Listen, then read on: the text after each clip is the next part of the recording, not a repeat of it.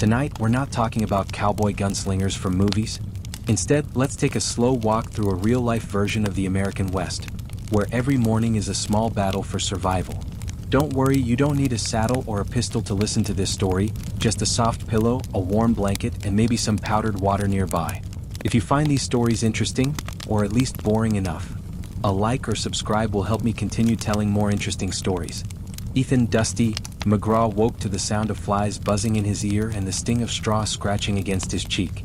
The thin morning light filtered through the cracks in the cabin wall, streaking the room with pale shafts of gold. For a moment, half asleep, he imagined himself back in Tennessee on his mother's porch, listening to the lazy drone of cicadas. But then the smell hit him, rank, sour, and heavy, and the illusion shattered. It was the smell of the frontier. Unwashed bodies, damp earth, horse manure. Something sharp and foul, maybe a bucket of waste left too long in the corner. He sat up quickly, coughing, and immediately felt the dull ache of every muscle. His back throbbed as if a mule had kicked him in the night. His arms were stiff, his legs cramped. He was 21 years old but felt twice that. The bed was no bed at all, just a tick stuffed with straw that creaked and shifted beneath him, crawling with lice and bedbugs.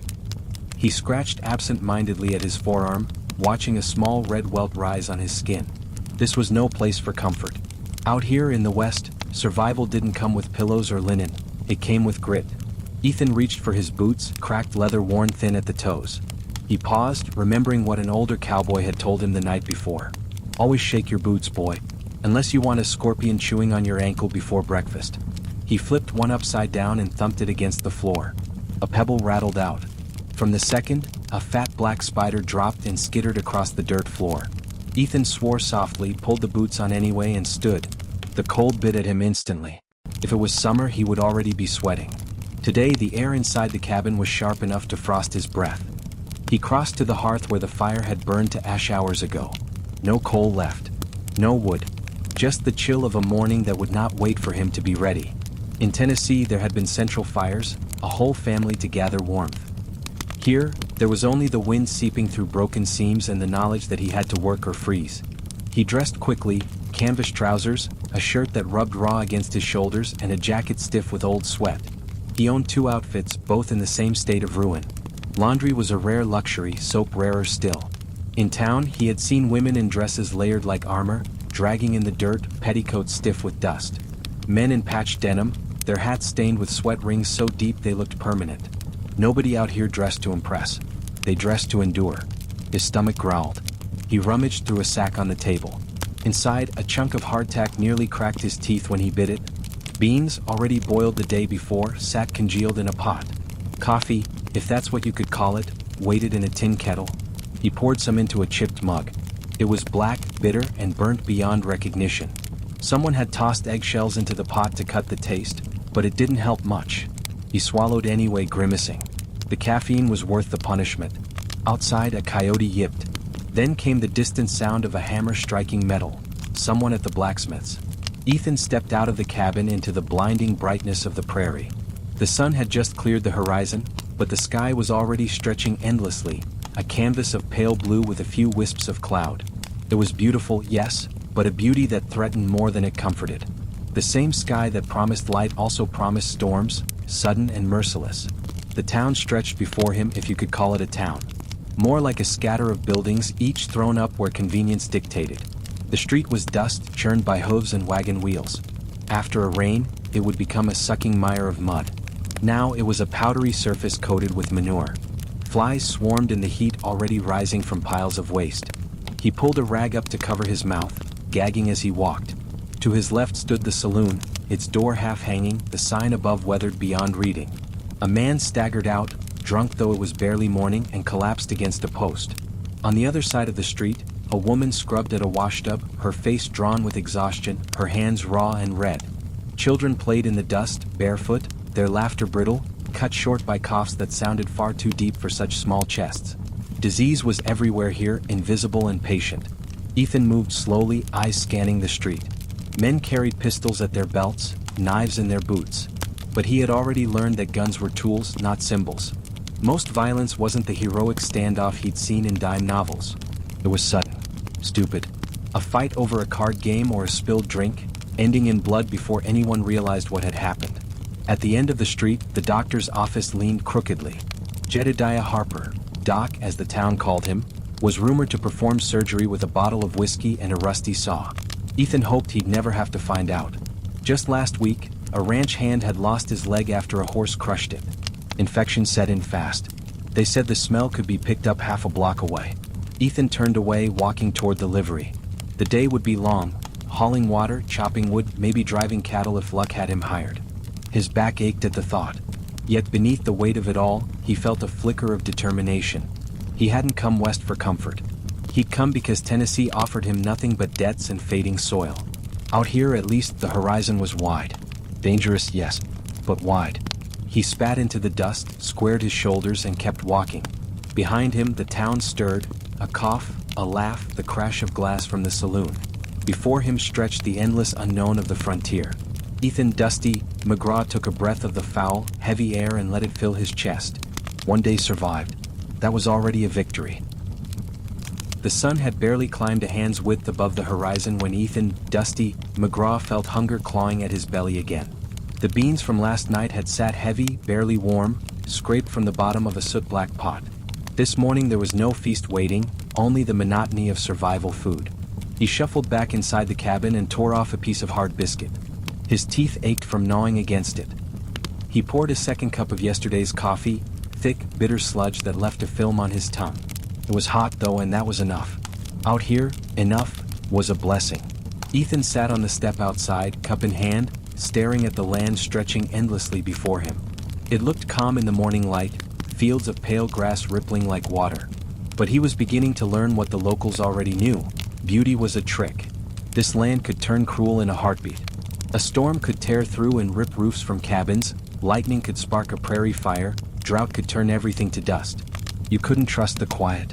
A creak of leather and jingling spurs pulled his attention back to town. A man passed by on horseback, hat tilted low, rifle slung across his back. He didn't nod, didn't greet, just glanced once at Ethan and kept riding. Suspicion seemed to be the only language anyone spoke here. Ethan stood, brushing the dust from his trousers. His work for the day lay waiting, hauling water from the well on the edge of town, chopping wood for the blacksmith's forge, maybe, if luck smiled, earning a few coins for driving a stray steer back to its pen. Coins meant food. Coins meant survival. The well was a quarter-mile away. He carried 2 wooden buckets, each handle biting into his raw palms. The water was murky, metallic. People drank it anyway. He'd heard of families falling sick from cholera, whole cabins struck down within days. One man swore he had buried 3 children in a single week because of that same well water. Ethan pushed the thought aside and filled his buckets. He couldn't afford to think too much about what he was swallowing. By midday his shirt clung to him, soaked with sweat. The work never ended. Haul, chop, carry meant. His muscles screamed, but he forced them quiet. This was the rhythm of the West. Your body was the tool, and when it broke, no one replaced it. As he trudged back into town, a commotion drifted from the saloon. Laughter, shouts, the harsh scrape of a chair tipping. Ethan hesitated. He had been warned, stay clear of saloons unless you're ready to fight or die. But curiosity, and the faint hope of hearing news or finding work, pulled him toward the swinging doors. Inside the air was smoke and sweat. The room was packed despite the early hour. Men hunched over tables, cards clutched in their hands, whiskey sloshing in tin cups. The liquor smelled sharp like kerosene. Ethan had heard whispers that some saloon keepers mixed their whiskey with turpentine, gunpowder, even chewing tobacco just to give it bite. He believed it now. At the far end of the room, a piano sat silent, its keys yellowed and broken. No one played. The only music came from the clatter of dice and the growl of men arguing. And then he saw her. Clara Bell. The saloon girl leaned against the bar, red dress faded from too many washes, corset laced tight. She smiled at the men, but her eyes were tired. She looked young, younger than Ethan expected, maybe 19, but carried herself like someone who had already seen too much. She caught his glance, held it for half a second, then looked away. The argument at the card table erupted. A man slammed his fist down, sending coins scattering. Another shot to his feet, hand reaching for his revolver. Ethan froze. The room stilled.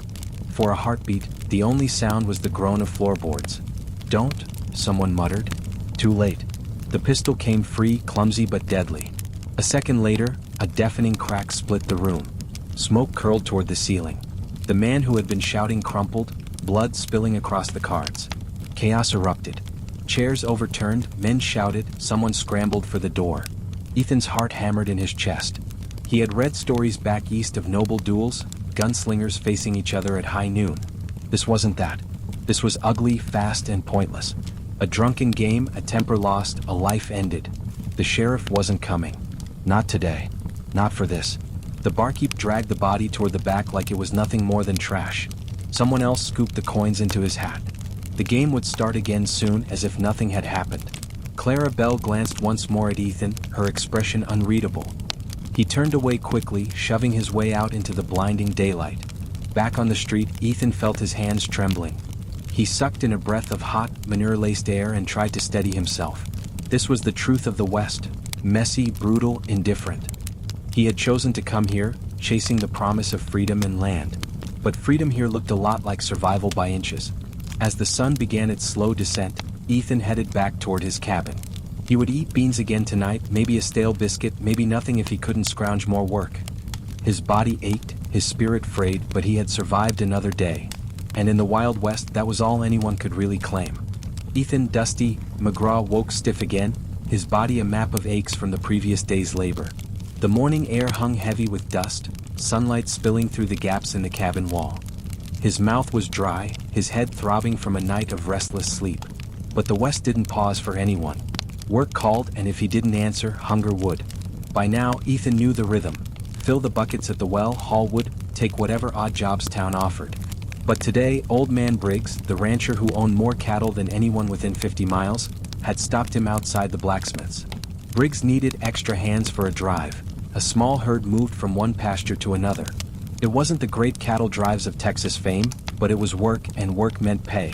Ethan agreed before the man had even finished his sentence. The sun was still low when he swung himself onto a borrowed mule. Not a proud steed, just a stubborn beast with ribs showing. The other riders laughed at him, but he didn't care. He had never been hired for glory. He was hired because his back was strong and his fear hadn't yet broken him.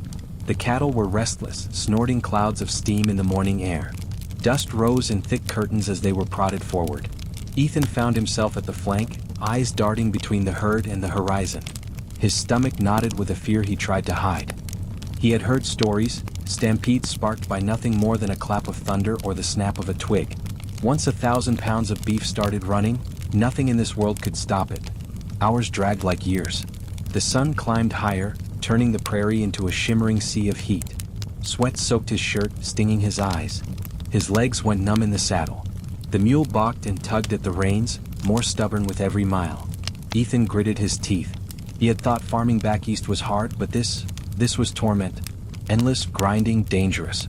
At midday they stopped by a creek to water the herd. Ethan slid from the mule, legs trembling. He bent to splash water on his face, only to freeze when he spotted movement in his boot. A rattlesnake had coiled itself in the shade nearby, its tail twitching. The sound, the dry, merciless rattle, cut through the chatter of the cowhands like a blade. "Don't move," someone hissed. Ethan's heart thundered. The snake's eyes locked on him, tongue flickering. For a moment, time collapsed into silence and fear. Then one of the older cowboys swung his rifle but down fast and hard. The snake's body writhed, then stilled. Ethan exhaled shakily, his knees weak. "Always check your boots, your bed, and your damn shadow," the man muttered, tossing the limp body into the creek. "The West don't forgive mistakes." The words sank into Ethan like stone. He nodded, swallowing the bitter taste of humiliation and relief. By late afternoon, they reached Briggs' pasture. The herd was penned in, the riders paid off with silver coins. Ethan turned the money in his hand. It wasn't much, but it was more than he'd seen in weeks. Enough to buy beans, maybe even some jerky. He pocketed it quickly, as if afraid someone might snatch it away. On the ride back toward town, he noticed movement along the ridgeline. Figures, distant but clear against the setting sun. One of the cowboys spat into the dust. "Indians," he muttered. "Lakota maybe. Watching." The others grumbled. Ethan squinted, heart racing. The figures didn't move closer, didn't threaten. They only stood, silent, as if measuring the men below. One raised a hand, not in greeting but in acknowledgement, then turned away. Something about that gesture burned in Ethan's mind. It wasn't hostility. It wasn't friendship either. It was a reminder. This land wasn't his, not truly. He was an intruder, carving out survival in a world that had belonged to others long before he arrived. By the time the riders reached town, dusk had settled. The saloon lamps flickered to life, casting orange glows across the street. Ethan's body ached, but exhaustion wasn't the heaviest weight he carried. It was the silence of those figures on the ridge, the knowledge that the West was bigger than him, bigger than all of them. He walked back to his cabin, clutching his meager pay, stomach already growling. The night wind whistled through the cracks in the boards, carrying with it the howl of coyotes. Ethan lay down on his straw tick, eyes fixed on the dark ceiling. Survival here wasn't about being brave or strong. It was about being lucky enough to make it through another day. And tonight, for reasons he couldn't explain, he wondered if his luck would last.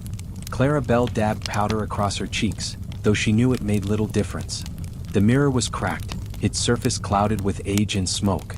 What stared back at her was not the painted beauty men imagined when they walked through the saloon doors, but a girl of 19 with tired eyes, lips cracked from desert air, and a body bruised from nights that never seemed to end. The saloon was waking already, though the sun had only just dropped behind the ridge. Lamps hissed as they were lit, smoke curling upward to cling to the rafters. The scent of whiskey and sweat from the day before still hung in the air, thick and sour. Men's laughter spilled from the gaming tables, harsh and desperate. Clara pulled her corset tighter, forcing herself into the silhouette that drew coin. It pinched her ribs, stole her breath. She smiled anyway. Smiles were her weapon. Not the gun at a man's hip, not the knife under the dealer's table. A smile could coax an extra coin, soften a drunk's anger, or convince a stranger that she cared when she didn't.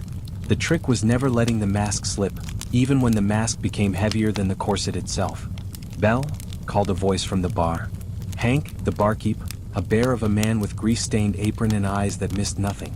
"Cards are heating up. Might be a long night." She nodded, stepping into the main room, her skirts brushing across the warped floorboards. At the nearest table, two miners argued over a hand of poker. The stakes weren't much: coins, a pocket watch, a silver flask. But desperation made men reckless. Clara knew how it would end. She had seen it too many times. Words would sharpen, fists would fly, and soon enough steel would answer steel. She slid behind the bar, pretending to polish glasses, watching. Among the crowd, she spotted him again, the young man with dust on his boots and uncertainty in his eyes. Ethan McGraw, someone had called him. He looked out of place, too new, too raw for this world. He watched the room like a man cataloging dangers. Their eyes met briefly, and Clara felt a pang she couldn't name. Pity, maybe. Or envy. He still had the look of someone who believed tomorrow might be better. The argument at the table snapped into violence. A chair crashed. Cards scattered. One miner lurched to his feet, face red, hand already fumbling for his pistol. Clara's breath caught. She hated this part. The pause, the heartbeat where everything balanced on a trigger pull. The shot came fast, deafening in the low room. Smoke curled upward, acrid and bitter. The losing miner collapsed, blood soaking the deck of cards. For a moment, silence hung thick, broken only by the rattle of coins spilling across the floor. Then chaos surged, men shouting, pushing, scrambling. Some bolted for the door. Others leaned in, scavenging the dead man's winnings. Clara did not move. She had learned long ago that showing fear was dangerous. Instead, she lifted her chin, forced her hands to stillness, and let her face remain unreadable. Hank cursed under his breath and dragged the body toward the back, leaving a slick trail across the floor. It was not the first time. It would not be the last. Her eyes flicked again to Ethan. He stood frozen, pale under the grime, as though he had stepped into a nightmare he hadn't yet believed was real. For an instant, their gazes locked. Clara wanted to tell him something. Run, leave, don't let this place break you. But the words stayed trapped behind her lips. What good would they do? He would learn soon enough. They all did. The saloon settled quickly. A fresh deck was pulled, coins stacked, whiskey poured. The dead man was already fading into memory. This was the West. Lives ended fast, and the world carried on without ceremony. Clara turned back to her work, leaning on the bar, smiling at a ranch hand who winked through whiskey breath.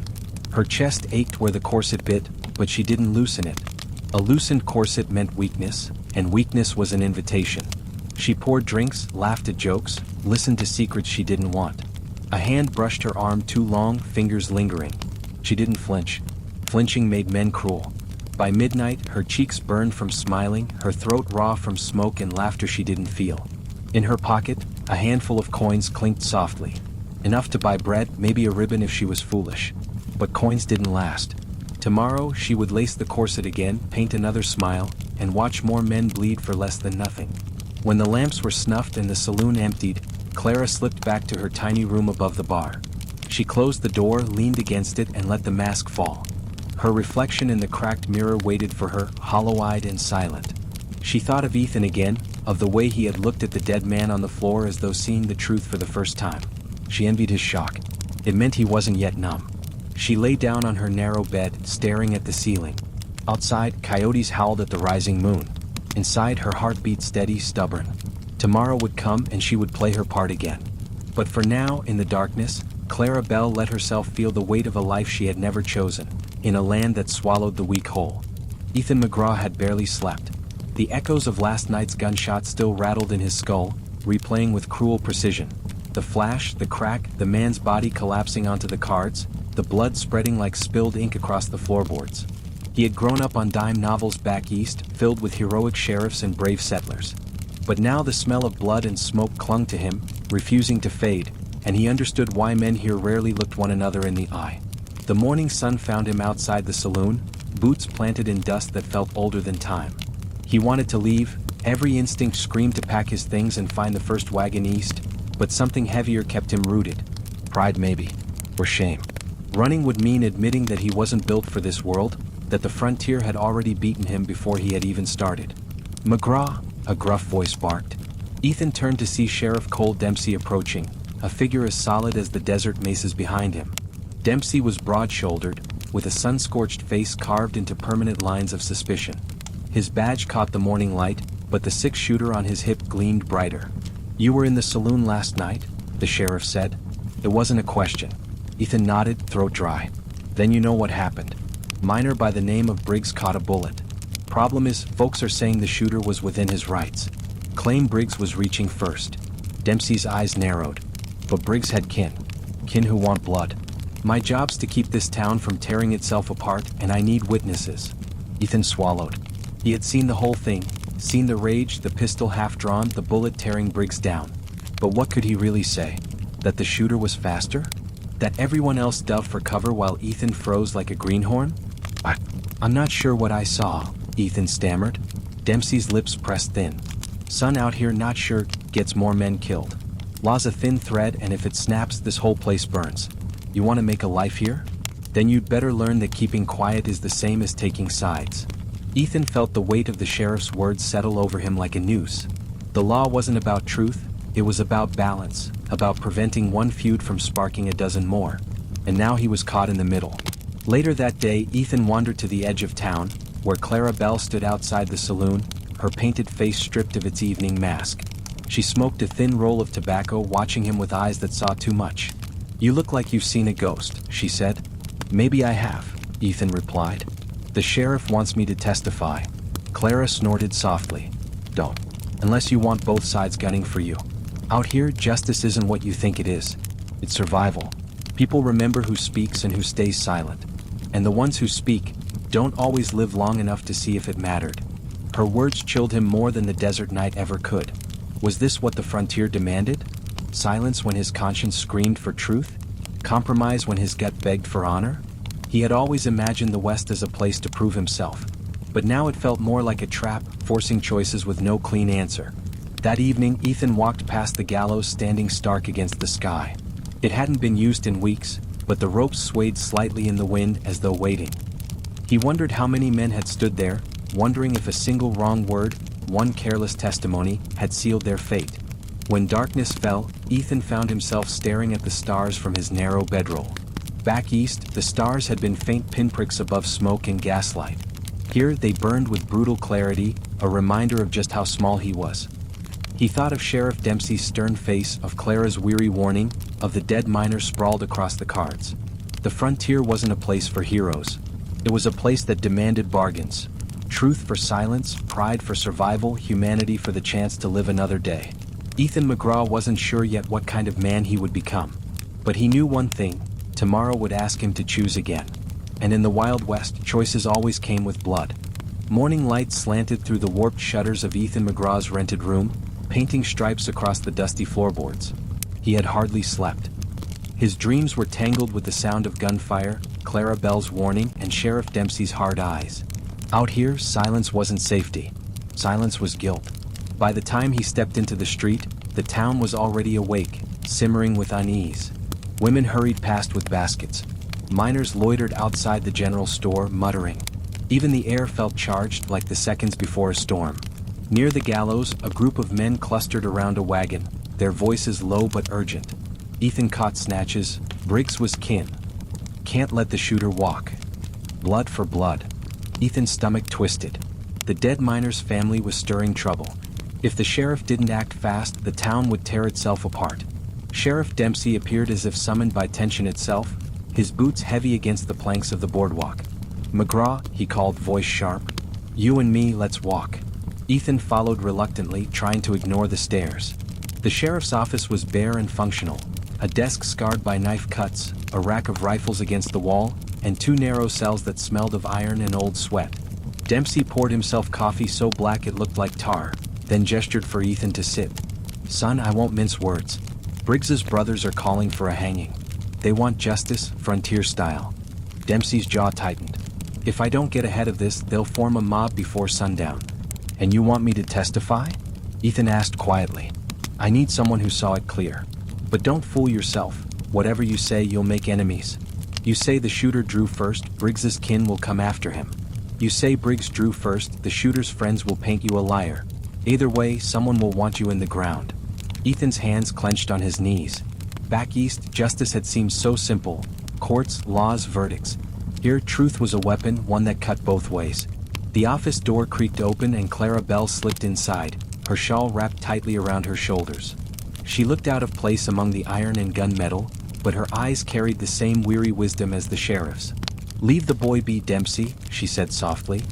"He's not made for this. Let him keep his head down." The sheriff snorted. "Bell, this town ain't held together by wishful thinking. It's held together by people willing to stand up when it matters." Ethan felt the weight of their stares torn between them. Clara's voice was mercy. Dempsey's was duty. And both were chains in their own way. "Sheriff," Ethan said at last, his throat tight. "What if I don't choose? What if I just leave?" Dempsey leaned forward, eyes narrowing. "Then you're no better than the vultures circling overhead. Men die out here because others look away. You want a life in this town? Then you stand McGraw. Or you run, and you never come back." The silence stretched, heavy and suffocating. Clara touched Ethan's arm, just for a second, a flicker of human warmth in the cold air. Her whisper carried only for him.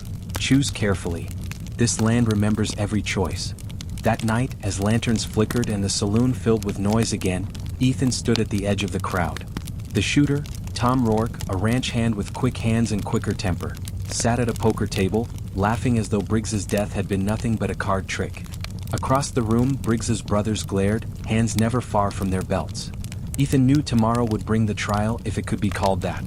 A circle of men, a sheriff's word, and his own testimony hanging like a sword over every head in the room.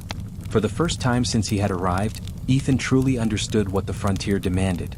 Not strength, not courage, but the willingness to gamble your soul on choices that had no right answer. As midnight settled and the saloon doors swung on their rusty hinges, Ethan felt the ground beneath him shift. He had come west seeking freedom, but all he had found was a debt he could never repay, the debt of blood. And in the Wild West, every debt came due. The saloon looked different in daylight. Without the haze of whiskey and smoke, its rough edges were sharper, crueler. The warped floorboards showed old stains no scrubbing could erase. The piano stood silent, keys chipped and yellowed. Outside, a restless crowd gathered, muttering like a hive on the verge of swarm. Sheriff Cole Dempsey stood near the bar, jaw tight as he surveyed the room. This wasn't a courtroom. There was no bench, no jury box, no robes. Justice in Deadwood Crossing happened where people lived, drank, and died. Today, the saloon was the stage. At one table sat Tom Rourke, the man who had pulled the trigger. His face was calm, almost smug, as if this were just another hand of cards. Across the room, the Briggs brothers, Sam and Will, leaned against the wall, their eyes sharp, their grief simmering into rage.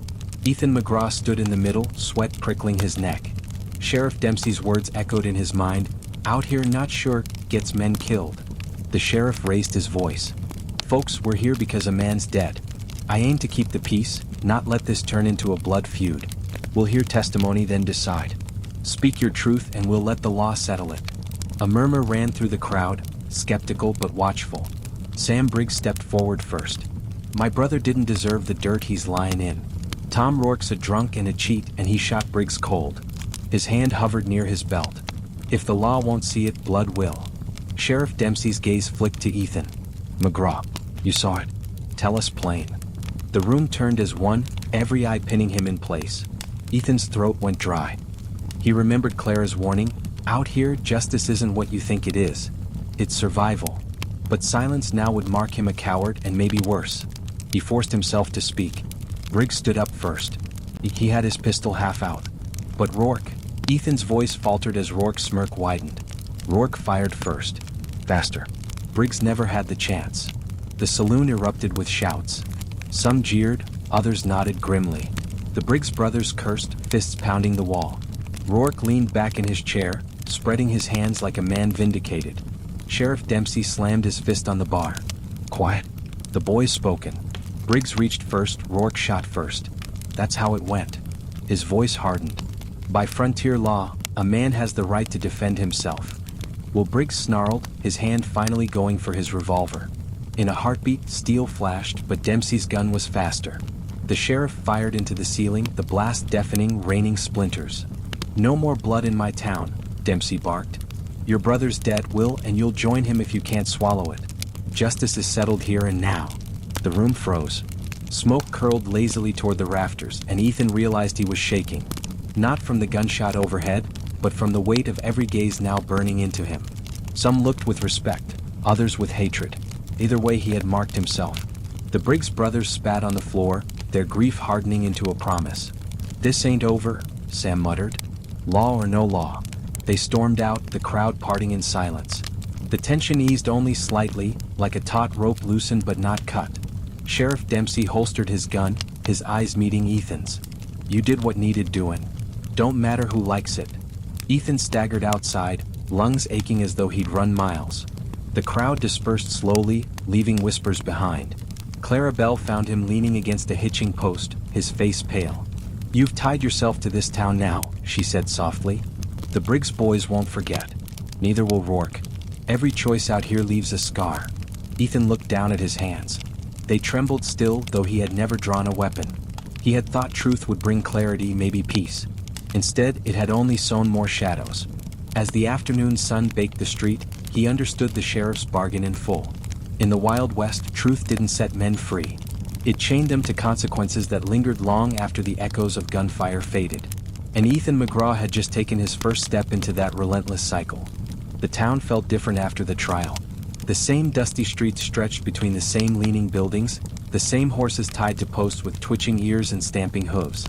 But the way people looked at Ethan McGraw had changed. Whispers followed him now like a second shadow. Some tipped their hats in quiet thanks, as though his words had brought order where chaos threatened. Others spat in the dirt when he passed, muttering that he'd sold Briggs into the grave a second time. Ethan carried the weight of both reactions, each glance heavier than the last. He had wanted to tell the truth, to do what was right. But out here, truth wasn't solid ground. It was quicksand. By midday, he found himself in the general store, trying to busy his hands by looking over sacks of flour and barrels of beans.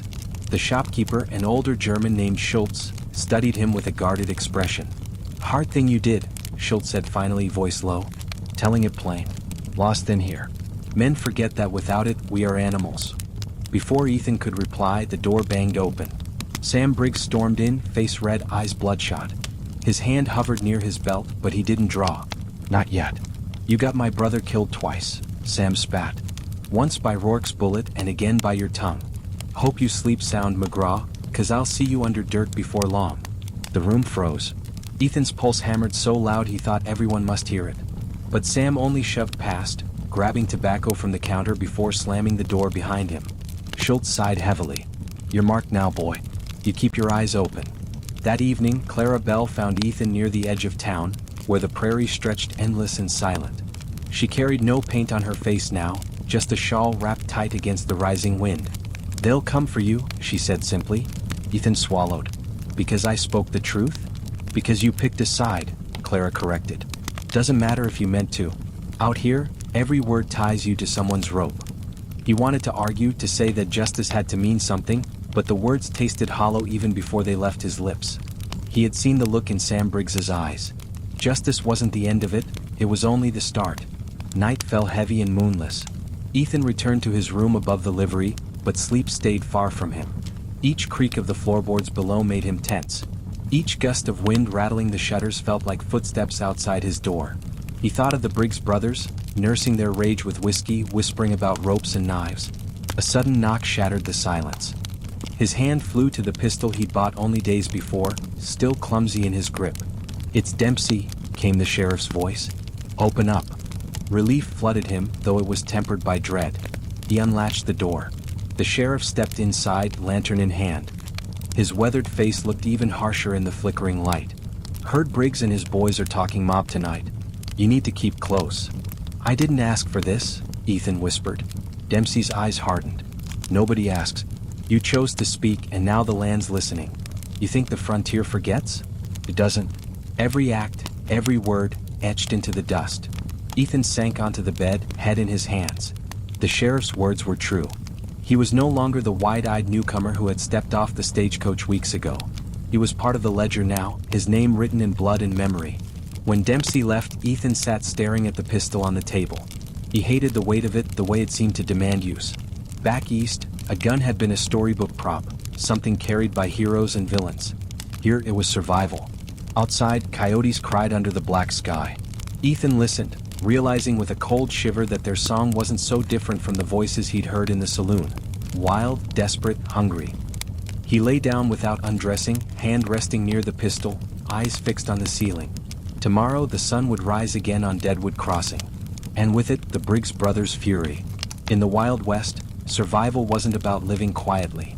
It was about living loudly enough that your enemies hesitated to strike. Ethan McGraw had yet to learn how to do that, but the night ahead would teach him soon.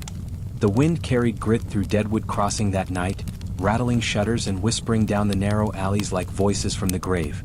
Ethan McGraw lay on his bed fully dressed, his hand resting near the pistol on the table. Sleep had become impossible. Every creak in the livery below set his nerves on edge. When the knock finally came, it wasn't the sheriff's heavy fist or Clarabelle's cautious tap. It was soft, almost polite. Too polite. Ethan rose slowly, every muscle taut. "Who's there?" Silence. Then a drawled reply, "Friends of Briggs. Thought you might like some company." The blood drained from Ethan's face. He lunged for the pistol just as the door crashed inward, splinters flying. Two men spilled into the room, Sam Briggs and his cousin Caleb, eyes wild, guns already in their hands. Ethan fired without thinking. The shot roared in the cramped space, the flash blinding. Caleb staggered back, cursing, his shoulder torn red. Sam hurled himself forward, slamming Ethan into the wall. The pistol clattered to the floorboards. They grappled, fists and elbows in the dark. Sam's breath stank of whiskey, his teeth bared like an animal's. "You put my brother in the dirt," he snarled. "Now you'll join him." Ethan fought back with raw desperation, landing a blow that split his knuckles. Pain flared in his ribs as Sam drove a knee hard into his side. Caleb, clutching his wounded arm, fumbled for his gun again. Ethan's eyes darted toward the pistol lying inches away, the lantern's glow gleaming on its barrel. In that heartbeat, everything slowed. He saw Clarabelle's tired eyes, warning him about choices that carved scars into men's souls. He heard Sheriff Dempsey's gravelly voice, "Out here, silence is guilt." And he felt the truth in his bones. This moment would define him. Ethan duffed. His fingers closed around the pistol just as Caleb raised his own. Two shots cracked almost together. Caleb cried out, collapsing against the doorframe. Ethan rolled, chest heaving, gun trembling in his hand. Sam froze, eyes wide, fury warring with fear. For a second, neither moved. Then, with a guttural curse, Sam bolted, crashing through the broken door and vanishing into the night. The silence afterward was deafening. Ethan stood in the wreckage of his room, sweat and blood soaking his shirt, his hands shaking so violently he nearly dropped the gun again. Caleb groaned on the floor, his life leaking into the dust. Lantern light flickered in the hall. Sheriff Dempsey appeared, rifle raised, Clarabelle just behind him, her shawl clutched tight.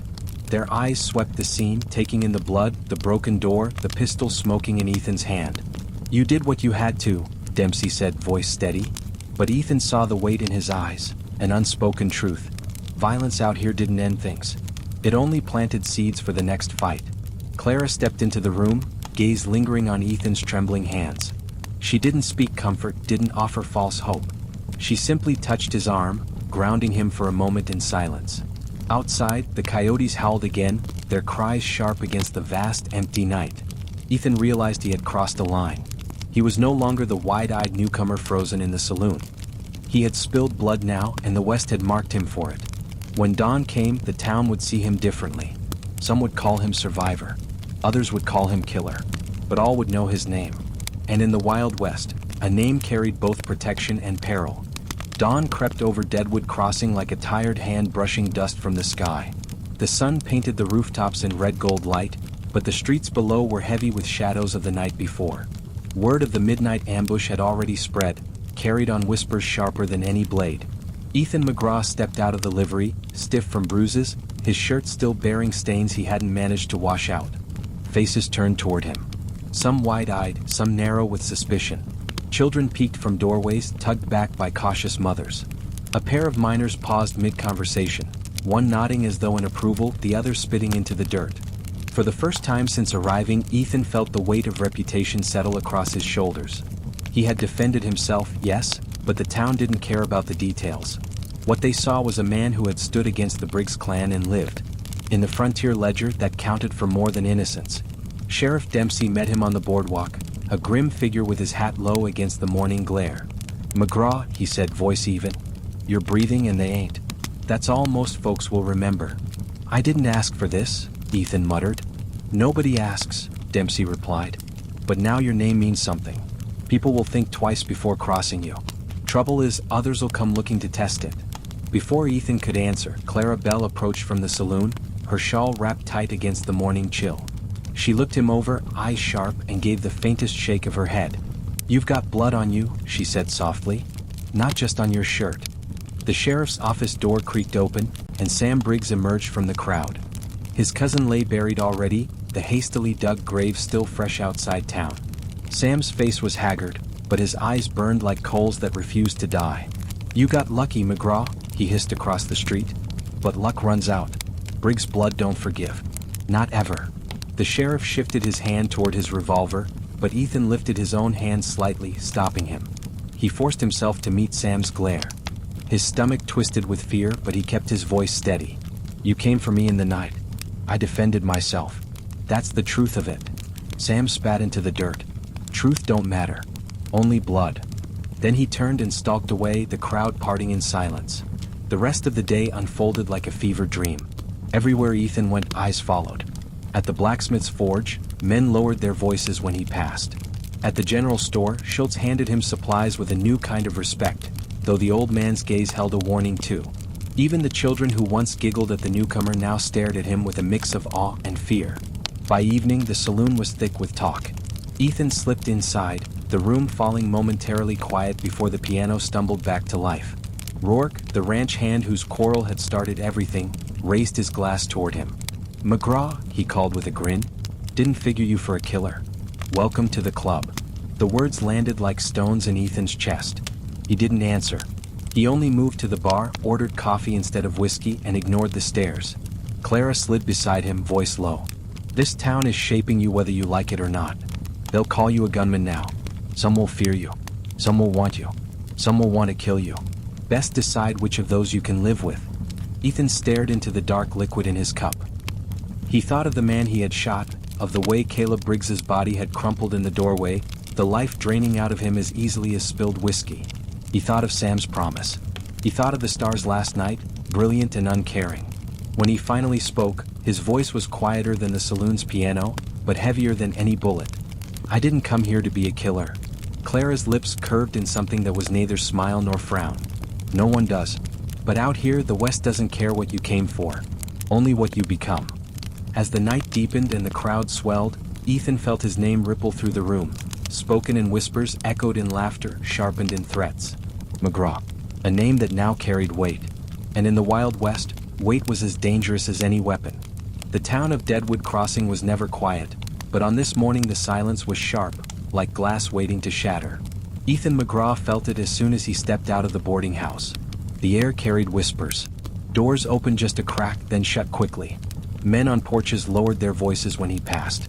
Even the dogs seemed restless, pacing with ears pricked. Sheriff Dempsey intercepted him near the blacksmith's forge. The sheriff's hat was pulled low, his face grave. Word is Sam Briggs ain't cooling off. He's gathering men. Cousins, ranch hands, anyone with a grudge against Rourke or you. You understand what that means? Ethan nodded, though his stomach tightened like a knotted rope. They're coming. Not yet, Dempsey said, but soon. And when they do, this town's gonna split down the middle. Some folks will side with Briggs out of fear, others because they hate Rourke, and the rest just to settle old scores. Blood like this don't stay in one family. It spreads. The sheriff's words haunted Ethan as he moved through the day. In the general store, Schultz pressed a sack of flour into his hands, muttering, "Keep your head down, boy." In the saloon, the piano faltered mid-song when he walked in, eyes shifting toward him like moths to a flame. Even Rourke's grin looked thinner now, his bravado tempered by the sense that war was coming. That evening, Clara Bell found him behind the saloon, staring at the prairie where the horizon burned with sunset. Her face was pale in the fading light, her shawl whipping in the wind. "They're saying Sam swore an oath," she told him. "By tomorrow night, there'll be blood in the street. Yours or his." Ethan turned to her, desperation edging his voice. "Why me? I didn't kill Briggs. I just told what I saw." "That's enough," Clara said softly. "Truth makes enemies faster than lies out here. You picked a side the moment you opened your mouth." The words cut deep because he knew they were true. He thought of Caleb Briggs bleeding on the floor, of Sam's promise that Briggs' blood didn't forgive. He thought of the townsfolk staring at him like a man already half dead. That night, the first sparks lit.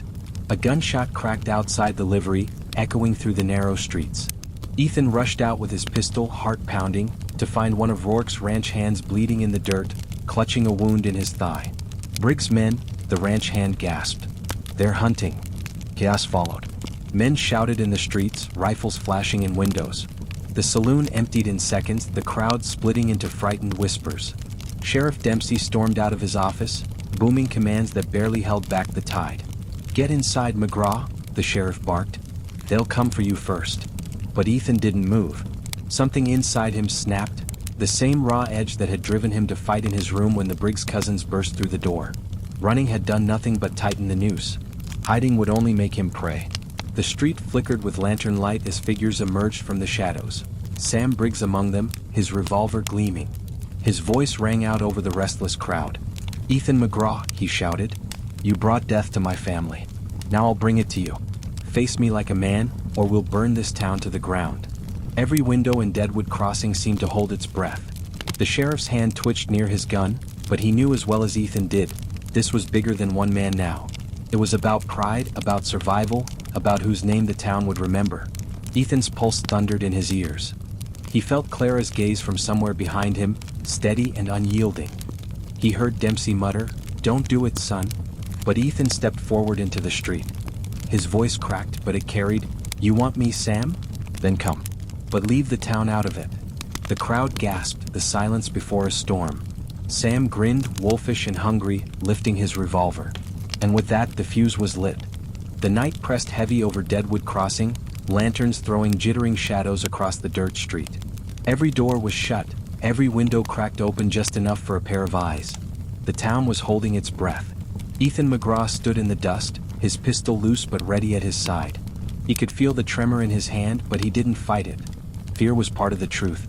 Sam Briggs faced him 20 paces away, his grin sharp under the glow of the saloon lamps. He looked more wolf than man, teeth bared, revolver twirling easily in his grip. Around him, half a dozen men lingered in the dark, loyal cousins and hired hands with rifles slung low. Sheriff Dempsey stood off to one side, hand hovering near his own gun, jaw clenched. "This ain't law, Briggs," he called. "This is murder waiting to happen." Sam spat into the dust. "Law died when my brother did. Tonight, McGraw joins him." The crowd behind shutters murmured like wind through dry grass. Clara Bell's face appeared in the saloon doorway, pale and drawn. Her eyes locked on Ethan, silent but pleading. Ethan's throat burned. "Sam, you came into my room with guns drawn. Your cousin bled out on my floor because you wanted revenge, not justice." Sam's laugh was ragged hollow. "Justice don't come from sheriffs or greenhorns. It comes from the barrel of a gun." He raised his revolver high and the night split. The first shot wasn't Ethan's. A bullet tore into the hitching post beside him, sending splinters flying. Ethan dove sideways, rolling in the dirt, his pistol finally leaping into his hand. He fired wild, the crack echoing like thunder. One of Sam's men screamed, clutching his leg as he toppled into the street. Chaos exploded. The neat duel dissolved into smoke and panic. Rifles barked from the shadows, sparks bursting like fireflies. Horses shrieked and reared, breaking loose from their ties. Ethan crawled through dust and smoke, heart hammering, the world a blur of light and sound. Sam's voice rose above the din. Find him. Don't let him crawl away. Another bullet tore into the ground inches from Ethan's head. He rolled behind a rain barrel, chest heaving, hands shaking. The barrel shuddered as a round punched through the wood, water spilling into the street like blood. Sheriff Dempsey roared over the chaos, firing his rifle skyward. Enough. You'll burn the whole damn town. But the words were drowned by the thunder of gunfire. Ethan spotted Sam through the haze, moving like a predator, revolver steady, eyes fixed. This wasn't about the town anymore. This was about him. Gritting his teeth, Ethan stepped from cover. His pistol bucked in his hand once, twice. The first shot went wide, but the second struck true. Sam staggered, his grin vanishing, his revolver slipping from his grip. For a moment he stood there, stunned, then collapsed into the dust with a cry that silenced the street. The gunfire faltered, then ceased. Smoke curled upward, ghostly and gray. The Briggs men stared at their fallen leader, eyes wide, rage and fear tangled in their faces. Sheriff Dempsey advanced, rifle leveled. "It's done," he barked. "Drop your irons or I'll bury the rest of you beside him." One by one the guns clattered to the ground. The night was left with only the ragged breathing of survivors, the acrid sting of gunpowder and the groans of the wounded.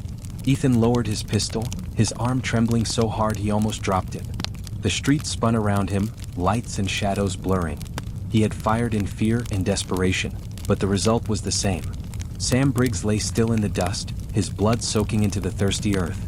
Clara Bell stepped into the street, her shawl fluttering like a ghost's wing. She touched Ethan's arm, grounding him. Her voice was barely above a whisper. "You've killed more than a man tonight. You've killed what was left of your innocence." Ethan looked down at Sam's body, then at the townsfolk emerging cautiously from doorways, their eyes heavy with judgment and awe. He realized then that his name had grown heavier still. He was no longer just a man who testified. No longer just a man who defended himself. Now he was a killer.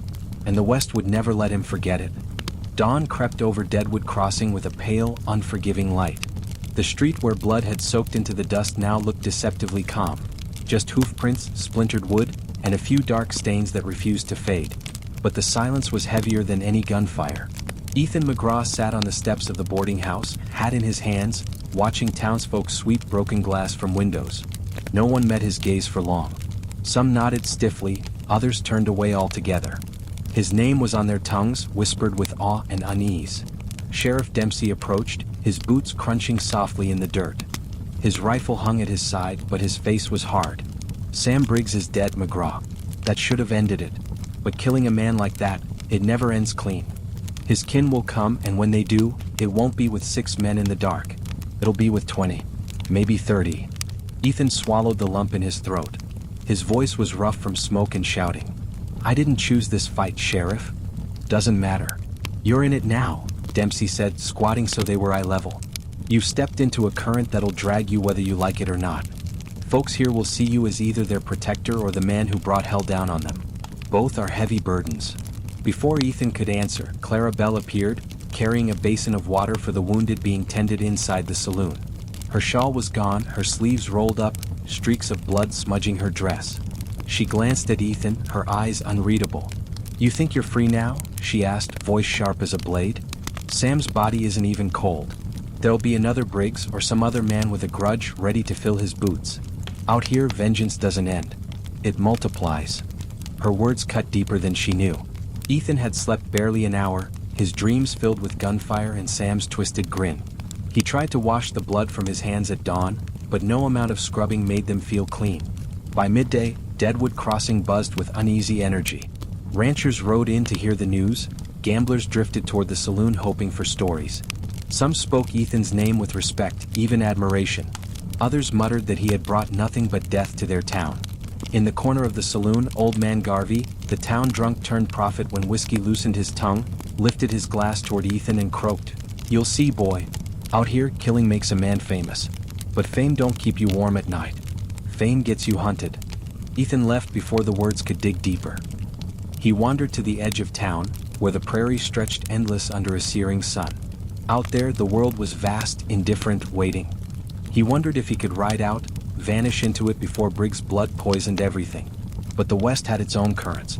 Far to the north, Running Wolf crouched among the pines, watching a column of soldiers march across ground that had once been sacred hunting land.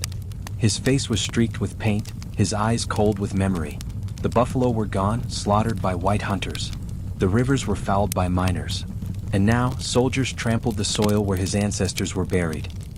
He touched the eagle feather braided into his hair and whispered words in Lakota. Revenge burned in him too, but not for one man. For a way of life being erased mile by mile. His scouts spoke of Deadwood Crossing, a place where whites spilled each other's blood with reckless ease. Running Wolf's gaze hardened. To him, every such town was another wound carved into the land. Another reason to fight. Back in Deadwood Crossing, Ethan felt the same wind that carried Running Wolf's vow. It stirred dust around his boots, whispering of storms on the horizon. He didn't yet know that his name, already tangled in local feuds, was about to be drawn into a far larger struggle, one that would test not just his courage but his soul. As the sun dipped, painting the plains in fire, Clara's voice echoed in his ears. Vengeance doesn't end. It multiplies. And Ethan knew she was right. Sam Briggs was gone, but the war he had sparked was just beginning. The Black Hills rose like jagged teeth against the sky, their dark slopes glowing amber in the setting sun. Running Wolf stood on a ridge overlooking the valley, where smoke from white men's camps coiled into the air. His chest burned with fury at the sight. Once, that valley had been filled with buffalo herds, stretching so wide the earth itself seemed to move. Now the animals were gone, slaughtered not for food but for hides, tongues, or sport. Bones bleached in the grass like a graveyard without end.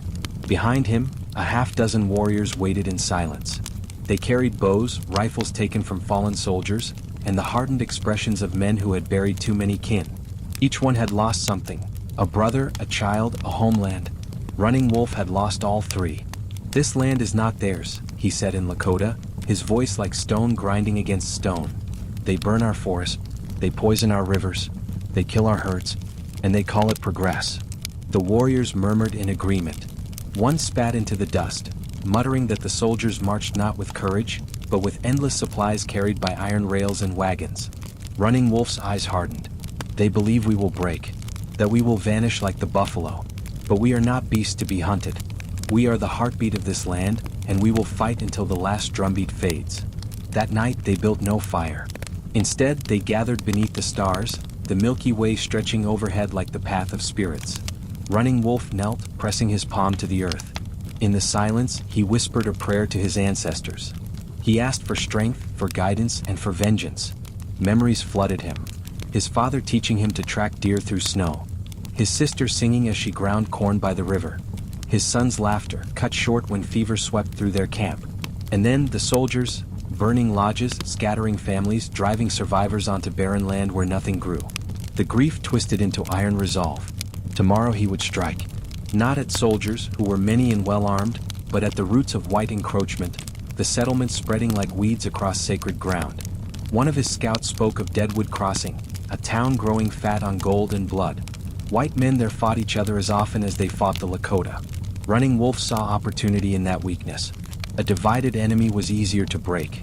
He turned to his warriors. "Tomorrow we ride. We will show them that the earth remembers her children.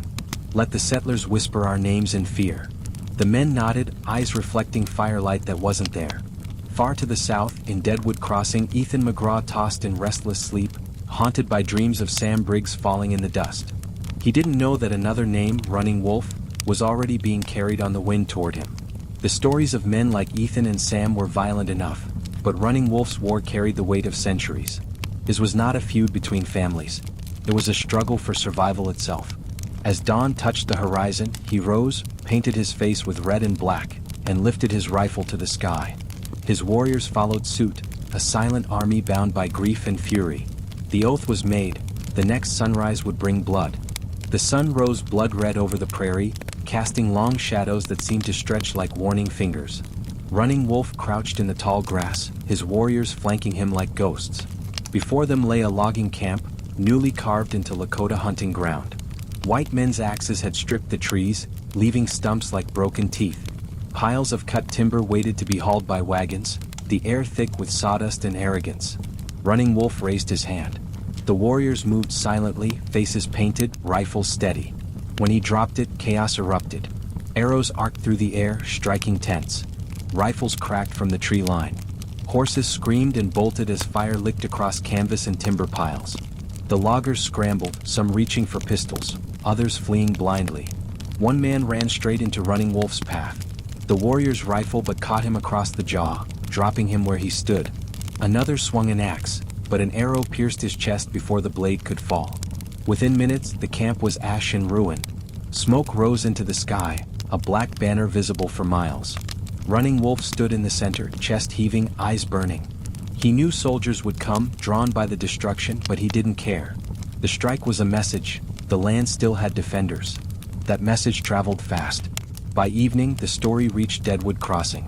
Men in the saloon leaned close over their whiskey, voices hushed. They say it was Lakota, burned the whole camp to the ground. Left nothing but bodies and smoke. Others muttered darker fears. If they're this close, they'll come for the town next. Sheriff Dempsey posted notices calling for vigilance. Volunteers patrolled the streets, rifles slung, eyes darting at every shadow. But fear seeped deeper than vigilance. Fear poisoned conversation, thinned patience, sharpened tempers. Ethan McGraw felt it keenly. Sitting in the corner of the saloon, he heard his own name mixed with the whispers. Some folks still called him hero for standing against Sam Briggs. Others cursed him as a curse-bringer. First the Briggs feud, now Indians in the hills, one rancher growled. Every time that boy shows up, death follows. Clara Bell set a glass of water in front of him, her expression unreadable. You feel it, don't you? This town is a powder keg. All it needs is one spark. Ethan rubbed his temples, exhaustion pressing into his bones. I never asked for this, Clara. I just wanted to survive. Her voice was softer then, but sharper too. The West doesn't care what you ask for. It decides what part you play and then it throws you into the fire. Outside, the fire was already being stoked. In a ranch house on the outskirts, Briggs' kin gathered around a scarred table. Sam's youngest brother, Luke, slammed his fist down. McGraw murdered him. I don't care if he claims it was self-defense. Briggs' blood demands Briggs' vengeance. The others growled in agreement. Their plan was simple: hit McGraw hard and fast before law or conscience caught up. But they weren't the only ones plotting. From his ridge in the Black Hills, Running Wolf watched the smoke of Deadwood Crossing curl into the sky. He knew nothing yet of Ethan McGraw, but he saw the town as part of the same disease that had consumed his people's world. His war was growing. Two storms were building, one born of blood feud, the other of survival. Ethan sat in the middle, unaware that soon he would be forced to choose not just sides, but the kind of man he was willing to become. As night fell, a wolf howled in the distance, and the town shivered as if it heard its own future echoing in the sound. The prairie was strangely quiet that morning. No bird calls, no distant cattle lowing, only the whistle of the wind cutting through dry grass. Ethan McGraw felt the unease in his gut as he saddled his horse. He wasn't headed far, just to fetch supplies from a nearby trading post, but his instincts told him the trail would be anything but ordinary. Clara Bell stood on the boarding house porch, arms folded. Careful out there, Ethan, she warned. I've been hearing things, whispers about the Briggs boys gathering at their ranch last night. Ethan adjusted the cinch on his saddle, avoiding her eyes. Let them whisper. I've got no quarrel with the rest of them. Sam came at me and it ended how it ended. Her reply was sharp, laced with the truth he already knew. You think blood listens to reason? They'll come for you, Ethan. Count on it. He gave her a grim half-smile. Then I'll ride with my eyes open. The trail wound through cottonwoods and narrow ravines, places where danger could hide. Ethan kept his Winchester laid across his lap as his horse picked its way forward. The air was heavy, thick with the kind of silence that made every twig snap sound like a rifle shot. And then it came, gunfire. The crack of a rifle split the air, and bark exploded from the tree just inches from Ethan's head. He yanked the reins, spurring his horse into a desperate sprint. The animal lunged forward as bullets whined past, some striking dirt, others splintering against stone. From the ridgeline above, Luke Briggs and two cousins fired down with practiced fury. Their faces were masks of vengeance, eyes burning with the need to balance blood with blood. Drive him into the gulch. Luke barked, reloading with quick, angry hands. Ethan's horse pounded the earth, mane whipping, hooves drumming like thunder. He steered hard toward a rocky outcrop, trying to put cover between himself and the shooters. Another shot rang out, grazing his shoulder. Hot blood slicked down his arm, but adrenaline kept him upright. He slid from the saddle, hitting the ground behind a boulder just as another bullet sparked off stone. Heart hammering, breath ragged, he pressed his back against the rock and thumbed cartridges into his Winchester. The Briggs men whooped from above, closing in. Dust and grit showered down as they advanced, rifles at the ready. "You can't hide forever, McGraw," Luke shouted, voice echoing through the ravine. "Come out and face us like a man." Ethan clenched his jaw. His blood boiled, not with fear but with something darker, a rising fury that these men, blind with vengeance, wouldn't stop until either they or he lay cold in the dirt. He peered around the boulder, sighted down his rifle and squeezed the trigger. The crack echoed and one Briggs cousin fell back with a scream, clutching his thigh. "Damn you, McGraw," Luke roared. Bullets rained back, chipping stone, filling the air with dust. Ethan ducked, teeth gritted against the sting of powder and grit. Then silence fell again, the kind that prickled the skin. They were shifting, circling. He knew they meant to flank him. Blood dripping from his shoulder, Ethan crawled along the ravine wall, careful to keep low. His mind worked as hard as his lungs. He needed distance or he'd be boxed in and finished. A shout from above betrayed their movement. He swung his rifle up and fired. Another Briggs cousin dropped to his knees, weapon clattering against rock. Luke's howl of rage tore across the gulch. "I'll get you for this, McGraw." But Ethan didn't answer. He mounted his horse in one swift, painful motion, spurted hard and broke from cover. The animal surged forward, leaping rocks, hooves striking sparks. Shots followed, one clipping his hack clean off, another kicking up dust at his heels. Then he was clear, racing across the open prairie, leaving Luke Briggs screaming into the empty sky. By the time Ethan reached Deadwood Crossing, blood soaked his shirt, his face pale. Clara Bell met him at the stable, eyes widening at the sight. "They tried," Ethan rasped, sliding from the saddle. "The Briggs won't stop, Clara. Not until one of us is in the ground." She caught his arm, steadying him. "Then you'd better decide, Ethan. Are you running from this fight or are you ready to finish it?" Outside, the wind carried Luke Briggs' vow across the land. Vengeance was not finished. It was only beginning. Ethan McGraw woke to the sharp scent of whiskey and the burn of fire in his shoulder. For a moment he thought he was back in the gulch, bullets sparking off rock, but then the haze cleared. He was in Clara Bell's boarding house, stretched across a narrow bed with sunlight seeping through faded curtains. Clara sat beside him, sleeves rolled up, brow furrowed as she stitched the torn flesh along his shoulder with hands steadier than most doctors he'd known. A basin of bloody water sat at her feet, and the room carried the acrid tang of boiled bandages. "You're a fool, Ethan McGraw," she muttered without looking up. "Riding out alone when every Briggs this side of the Black Hills wants you dead." He winced as the needle bit. "Couldn't let fear tie me down." She snorted.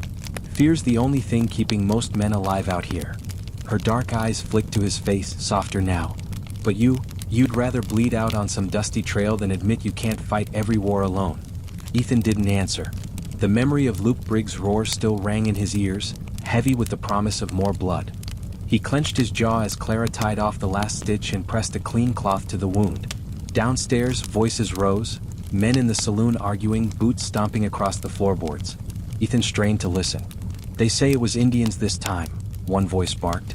"Running Wolf and his band torched a ranch up north. Left nothing but ashes." Another voice, tight with fear. "If they're moving this close, Deadwood Crossing won't hold. Not without soldiers." Clara's lips tightened. "It isn't just you the town's whispering about anymore. Running Wolf's name is on every tongue. Folks are scared and scared men do foolish things."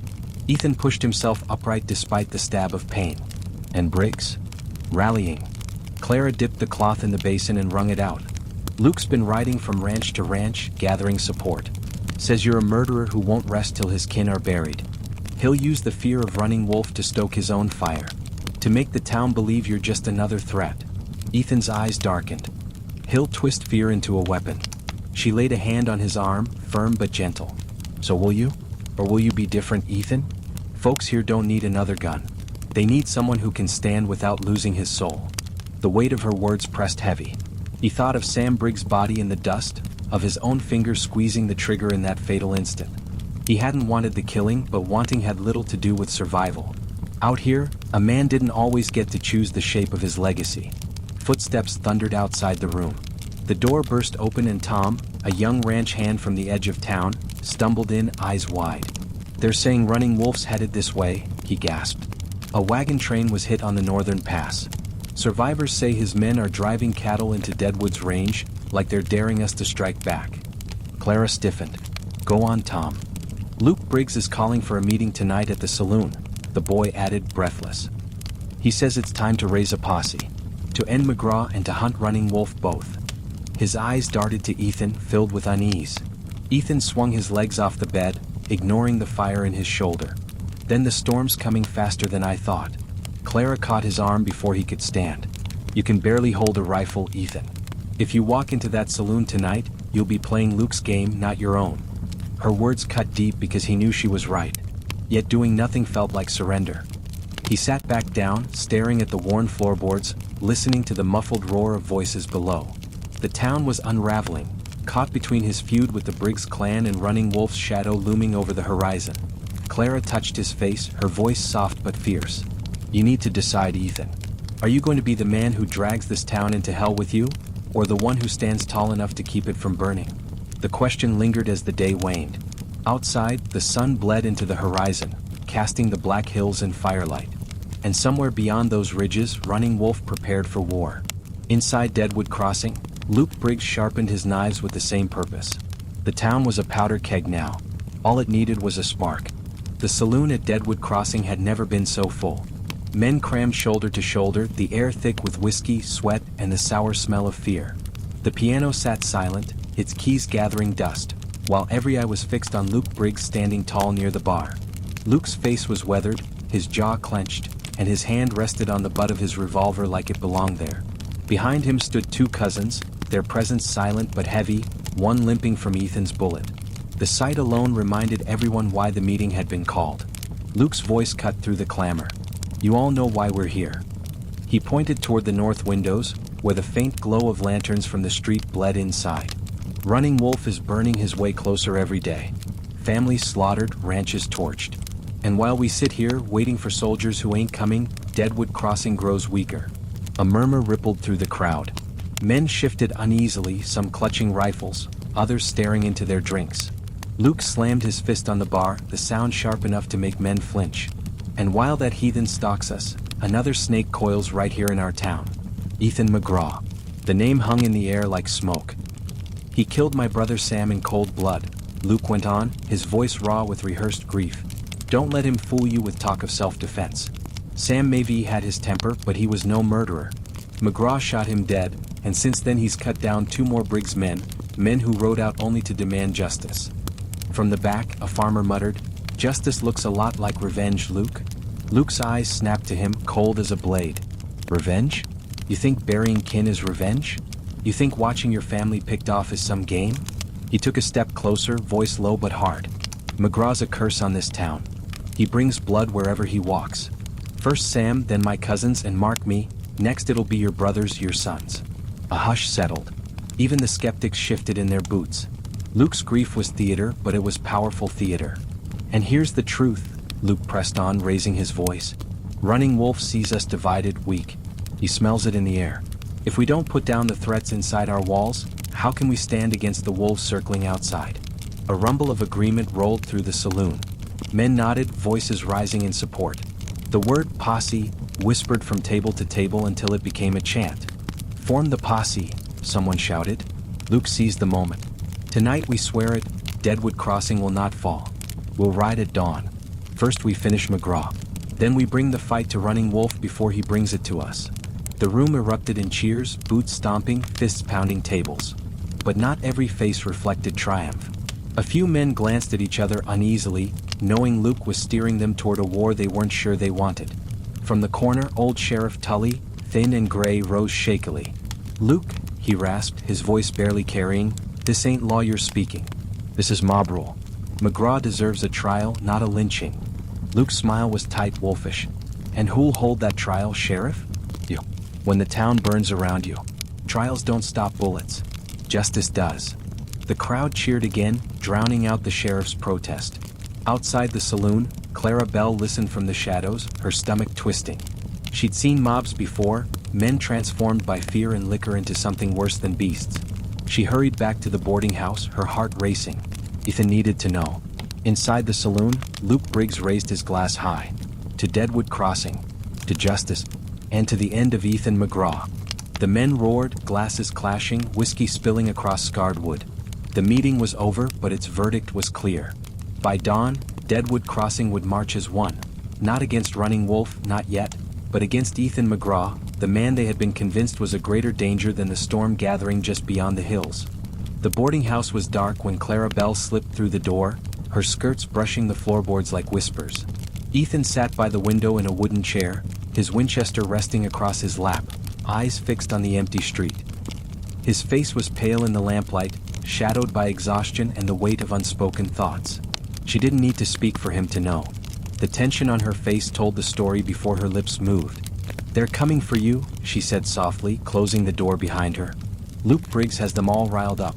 He's calling it justice, but what he means is blood." Ethan gave a grim nod. "I figured.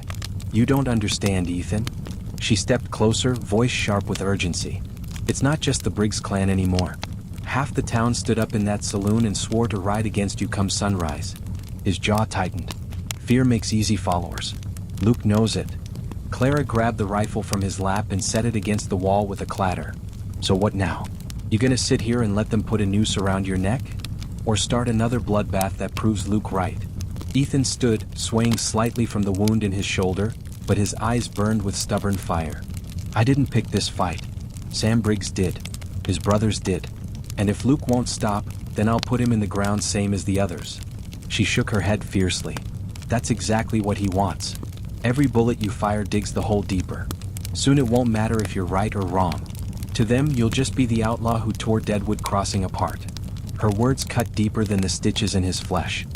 He turned away, staring out the window at the sleeping town. Lanterns glowed faint in the distance. Somewhere, Luke Briggs was sharpening his blade, readying his men. Clara's voice softened. "Ethan, I've seen men lose themselves out here. Good men hardened into killers because they thought it was the only way. But you're not like that. You still got a choice." He faced her, eyes haunted. "What choice? If I run, I'm branded a coward and they'll hunt me anyway. If I fight, more blood spills until there's nothing left of this town but graves." Clara stepped closer, her hand brushing his uninjured arm. "Then maybe the answer isn't running or fighting. Maybe it's standing. Showing them you're not the monster Luke paints you to be. You've got to outlast his hate, Ethan. Prove you're something more." Before he could reply, a pounding came at the door. Both froze, hands instinctively reaching for weapons. "Ethan," a voice hissed from outside. "It's Tom. Let me in." Clara unlatched the door, and young Tom stumbled inside, sweat on his brow and fear in his eyes. He clutched his hat tight, twisting it between his hands. "They mean to take you at dawn," Tom stammered. "Luke's riding with 20 men, maybe more. They'll come straight here first." Sheriff tried to speak against it, but they drowned him out. Ethan put a steadying hand on the boy's shoulder. "Why tell me?" Tom swallowed hard. "Because I seen enough hangings to know most of them ain't justice. And you don't look like a man who deserves to swing." Clara smiled faintly, though her eyes stayed hard. "Looks like not everyone's lost their head to fear." Ethan squeezed the boy's shoulder, then let go. "Thank you, Tom. Now get yourself home before someone notices you're gone." When the boy slipped back into the night, silence filled the room again. Clara crossed her arms. "Well, there it is. Sunrise, they'll be here. What's your move, McGraw?" Ethan exhaled slow, the weight of decision pressing heavy on his chest. The horizon beyond the window was already paling with the first hint of dawn. "I don't know yet," he admitted. "But running's done. This ends in Deadwood Crossing, one way or another." Clara's gaze locked on his, fierce and unwavering. "Then you'd better be ready, Ethan. Because tomorrow isn't just about you. It's about what this town decides to believe in, Luke's hate or something better." The first rooster crowed in the distance. The night was nearly gone. Ethan tightened the strap on his holster, pain flashing in his shoulder but resolve firm in his eyes. The reckoning he'd been avoiding had finally arrived. The first light of dawn painted Deadwood Crossing in cold gold, the kind that revealed more scars than beauty. From the boarding house window, Ethan McGraw saw the riders approach. 20 men, their silhouettes sharp against the rising sun. Dust rose behind them like smoke, and at their head rode Luke Briggs, stiff in the saddle, eyes fixed on the house like it was already his gallows. Clara Bell stood at Ethan's side, jaw tight, fingers wrapped around a lantern that sputtered weakly in the dim room. "They're here," she said, though the thundering hooves made the words unnecessary. Ethan adjusted his holster, pain stabbing through his stitched shoulder. He forced his voice steady. "Stay behind me, Clara. No matter what happens." "No," she snapped. "Not this time. You're not standing alone." Outside, the riders drew up in a semicircle before the boarding house. Rifles glinted in the light. The air was heavy, thick with dust and anticipation. Luke Briggs rose in his stirrups, his voice carrying like a whip crack. "Ethan McGraw," he roared. "Come out and face justice." The word justice rolled off his tongue like poison. Ethan stepped onto the porch, his hand resting near his revolver but not drawing. His eyes swept over the faces. Farmers, ranch hands, drifters. Some stared with hate, others with hesitation, but all had come because fear had led them here. "You call this justice?" Ethan's voice rang steady. "A mob with ropes and rifles? You want to hang me for killing a man who came at me first? You want to bury me for defending myself?" Murmurs rippled through the posse. Luke's eyes narrowed. "Don't let him poison your ears. He's a killer, and killers don't stop till you put them down."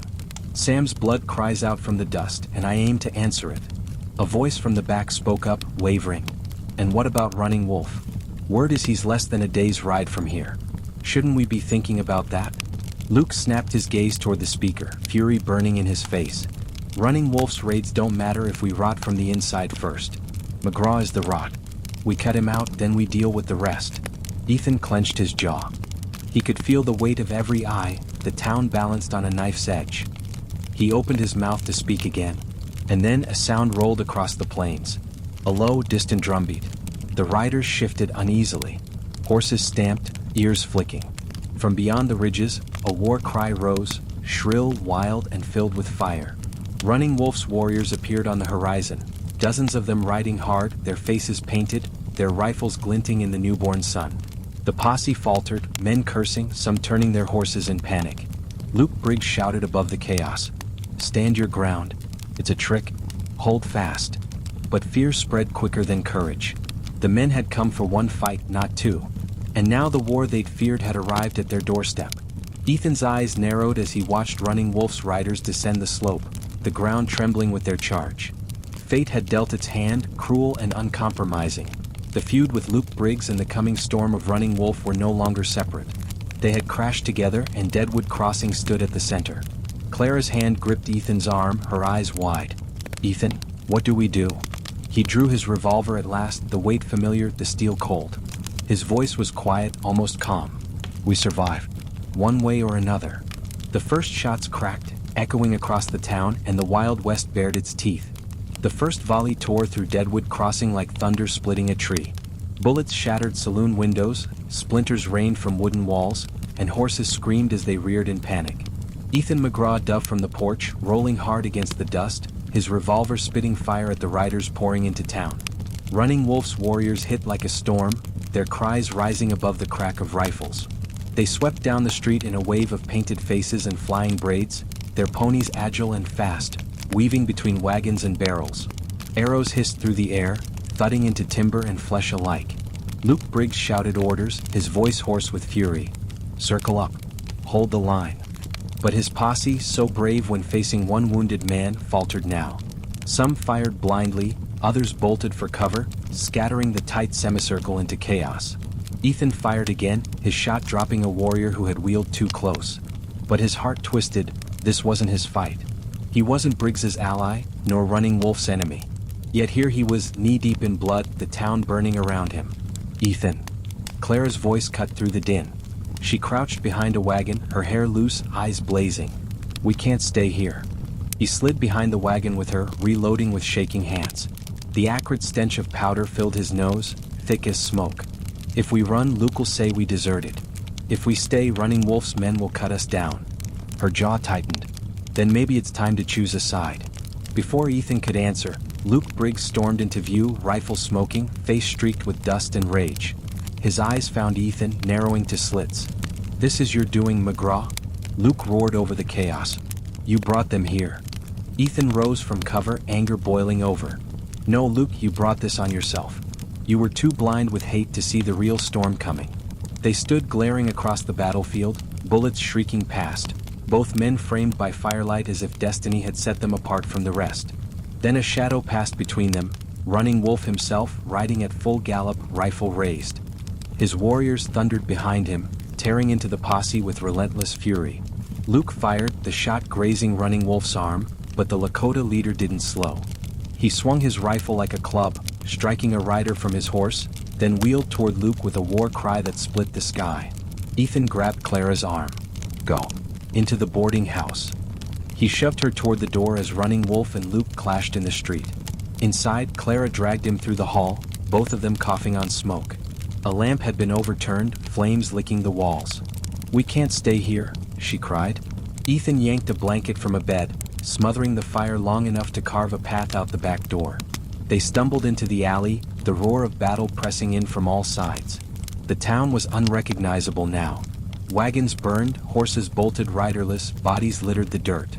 The cries of the wounded mingled with the unrelenting crack of rifles. And in the middle of it all, Luke Briggs and Running Wolf grappled like avatars of hate, one fueled by vengeance, the other by centuries of loss. Ethan's breath came hard, his shoulder throbbing, his revolver heavy in his hand. Clara tugged at him, desperate. We have to leave. But his eyes stayed fixed on the clash before him. If they finish each other, the town's lost either way. Somebody has to stop this. Clara's grip on his arm tightened. Then for God's sake, Ethan, don't let their war turn you into them. The night bled into dawn, but Deadwood Crossing was already burning. And Ethan McGraw knew that before the sun climbed much higher, he would have to decide whether to end the fight, or be consumed by it. The street of Deadwood Crossing was a furnace of smoke and gunfire, but at its center, two figures cut through the chaos like iron striking iron. Luke Briggs and Running Wolf circled each other, weapons flashing, hatred radiating like heat from a forge. Luke's rifle barked, the shot grazing Running Wolf's ribs. The Lakota leader didn't falter. He dropped from his saddle in one fluid motion, rolling across the dirt, then sprang to his feet with a knife gleaming in his hand. His eyes locked on Luke with the cold intensity of a hawk closing on prey. You'll pay for every fire, every slaughter, Running Wolf growled in accented English. For every child you've stolen from this land. Luke spat, face twisted. This land was never yours. You should have stayed ghosts in the hills. They crashed together, Luke swinging his rifle like a club, Running Wolf slashing with his blade. Sparks flew as steel struck wood, the sound lost in the thunder of battle around them. Each blow was fueled not just by survival, but by centuries of hate and years of grief. From the alley, Ethan McGraw watched with Clara clutching his arm. The sight froze him. He knew this wasn't just two men fighting.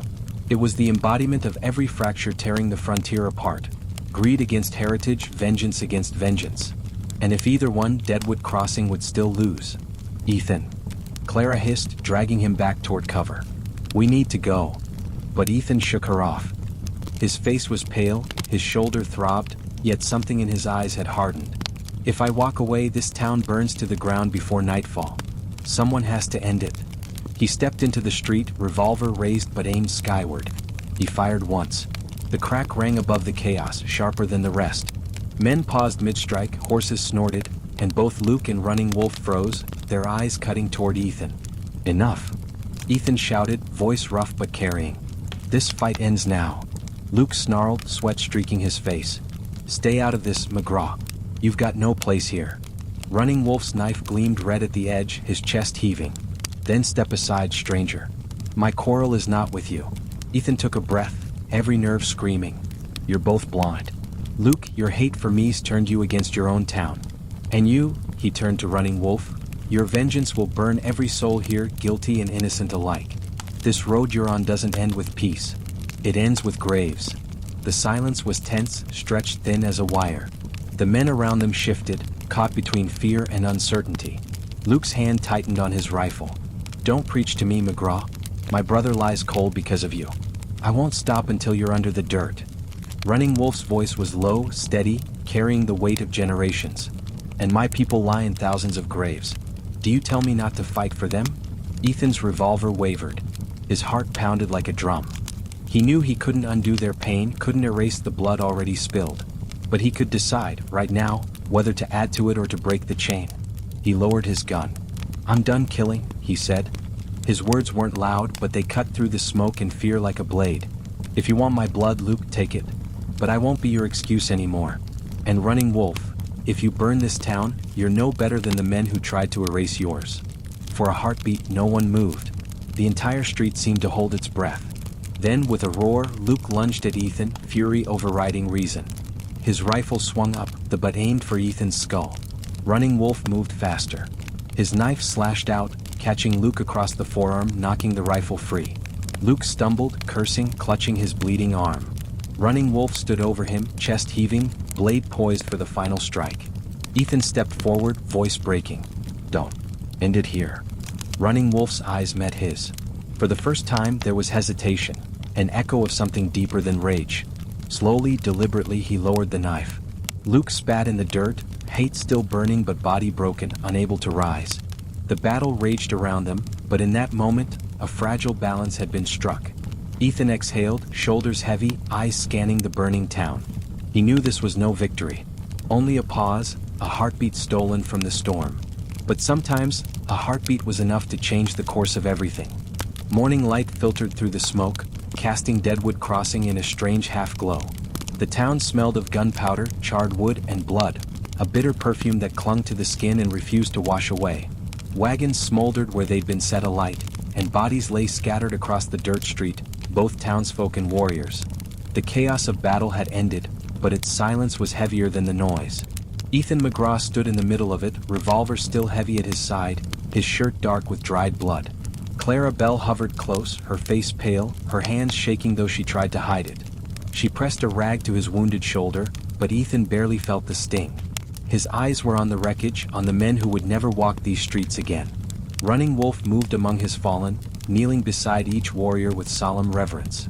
He spoke words in Lakota, his voice low and steady, a prayer threading through the ruin. His men gathered what bodies they could, wrapping them in blankets, their grief quiet but sharp enough to cut the air. Across the street, Luke Briggs leaned against the toppled water trough, his arm bandaged crudely with a torn shirt sleeve. His face was ashen, not just from blood loss, but from rage denied its outlet. His surviving cousins lingered near him, eyes darting with fear, but Luke never looked away from Ethan. Clara felt the stare and stiffened. "He's still not finished," she whispered.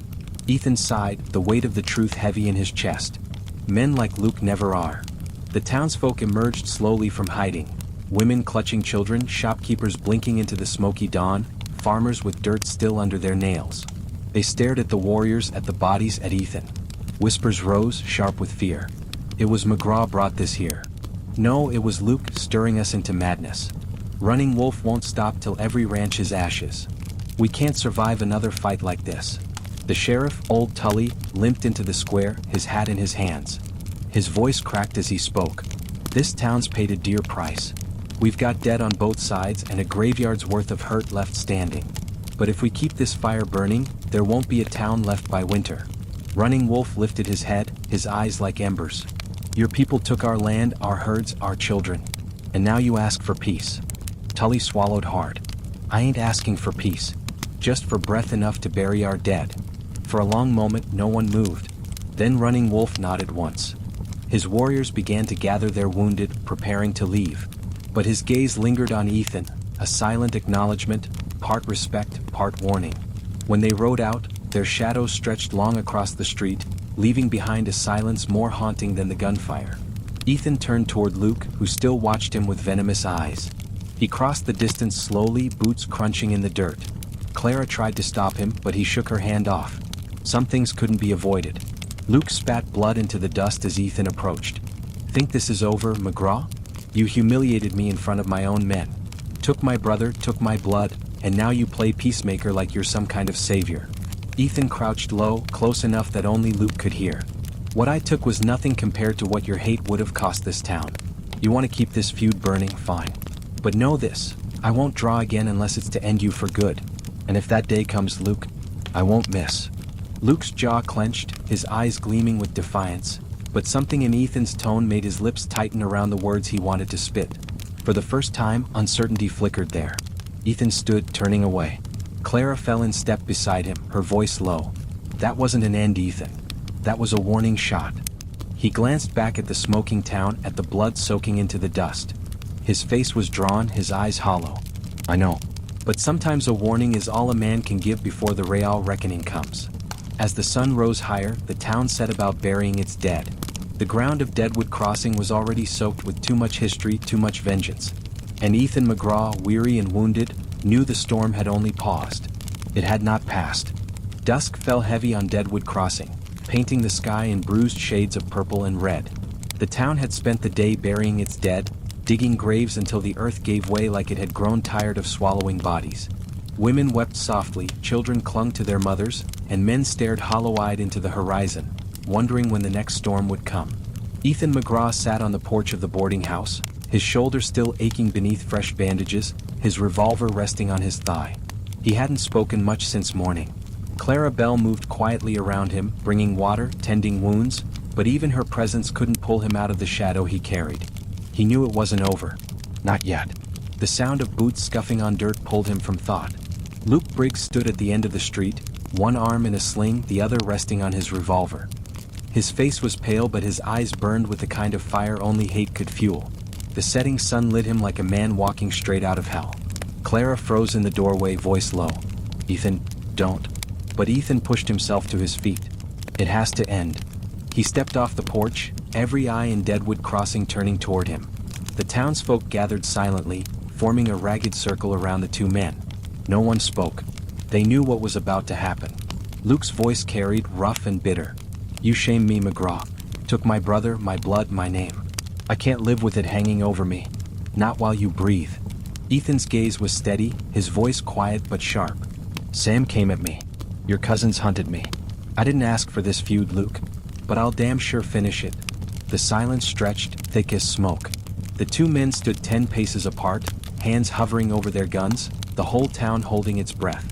Clara's voice broke through, trembling but fierce. Don't do this. Not after everything. Haven't we buried enough men today? Neither moved. Neither blinked. Then the world snapped. Two guns cleared leather at once, the crack of gunfire shattering the quiet. The sound echoed down the street, sharp and final. Dust rose between them, the acrid smell of powder rolling like smoke. When it cleared, Luke Briggs staggered, clutching his chest. His revolver slipped from his fingers, clattering against the dirt. He looked up at Ethan with eyes wide, more in disbelief than pain, then collapsed to his knees. A breath later, he was face down in the dust, the feud buried with him. For a long moment, no one spoke. The town seemed frozen, as though even the wind dared not stir. Ethan lowered his revolver slowly, the weight of it suddenly unbearable. His hand trembled, not from recoil but from the finality of it all. He'd won, but victory felt like ash in his mouth. Clara rushed to his side, her hand gripping his arm. Her eyes searched his face. It's done now, she whispered. He shook his head. It's never done. Out here, there's always another fight waiting. Old Sheriff Tully stepped forward, his voice weary. Not tonight, McGraw. Tonight it ends. For this town at least. The townsfolk began to disperse, their silence heavier than words. Some looked at Ethan with gratitude, others with fear. He knew both were dangerous. As darkness fell, Ethan walked Clara back to the boarding house. He holstered his gun for what felt like the 1000th time, yet this time it bit deeper. On the horizon, the Black Hills loomed, and somewhere beyond, Running Wolf rode with his warriors, their own war not yet finished. Peace in Deadwood Crossing was fragile, temporary, as fleeting as the desert rain. But for one night, the guns were silent. Ethan sat on the porch again, watching the stars prick through the darkening sky. Clara sat beside him, her hand finding his. For the first time in a long while, he let the silence settle without reaching for his weapon. Tomorrow the West would demand more blood. Tomorrow another storm would rise. But tonight, in the ashes of Deadwood Crossing, Ethan McGraw was still breathing. And sometimes, in the Wild West, that was the only victory a man could hope for.